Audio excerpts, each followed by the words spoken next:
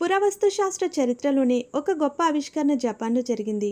అక్కడ సముద్రపు అడుగు భాగంలో అద్భుతమైన నగరం 311 మైళ్ళలో విస్తరించి ఉంది. ఈ నగరం అంతటా కూడా చాలా అవశేషాలతో నిండి ఉంది. ఈజిప్ట్లోని గొప్ప పిరమిడ్ల కంటే దాదాపు రెట్టింపు వయసు గల ప్రపంచంలోని పురాతన భవనంగా భావించే ఒక నిర్మాణాన్ని కనుగొన్నారు. జపాన్ తీరంలో సముద్రం కింద ఉన్న దీర్ఘచతురస్రాకార రాతి జిగ్గురాట్ గతంలో తెలియని రాతియుగం నాగరికతకు మొదటి సాక్ష్యంగా ఉంటుందని పురావస్తు శాస్త్రవేత్తలు అంటున్నారు. ఇక్కడ ఉన్న స్మారక చిహ్నం 600 అడుగుల వెడల్పు, అలాగే 90 అడుగుల ఎత్తు ఉంది. ఇది 8000 BC నాటిది. అయితే ఈజిప్ట్లోని పురాతన పిరమిడ్ సకారా వద్ద ఉన్న స్టెప్ పిరమిడ్ 5000 ఇయర్స్ తర్వాత నిర్మించబడింది. అలాగే ఒకినావాకు నైరుతి దిశలో ఉన్న యొనాగిని అనే చిన్న ద్వీపాన్ని 10 సంవత్సరాల క్రితం స్కూబా డైవర్స్ నీటి అడుగున 75 అడుగుల ఎత్తులో కనుగొన్నారు.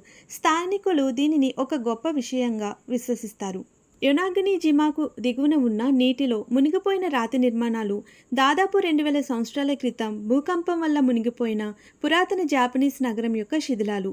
ఒకినావాలోని Ryukyu university geologist professor Masaki Kimura ఈ స్థలాన్ని పరిశోధించిన మొదటి సైంటిస్ట్.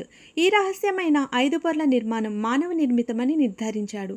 ఇక్కడ ఏ ఒక్క అవశేషం కూడా ప్రకృతి ద్వారా నిర్మింపబడలేదని ప్రూవ్ చేశాడు.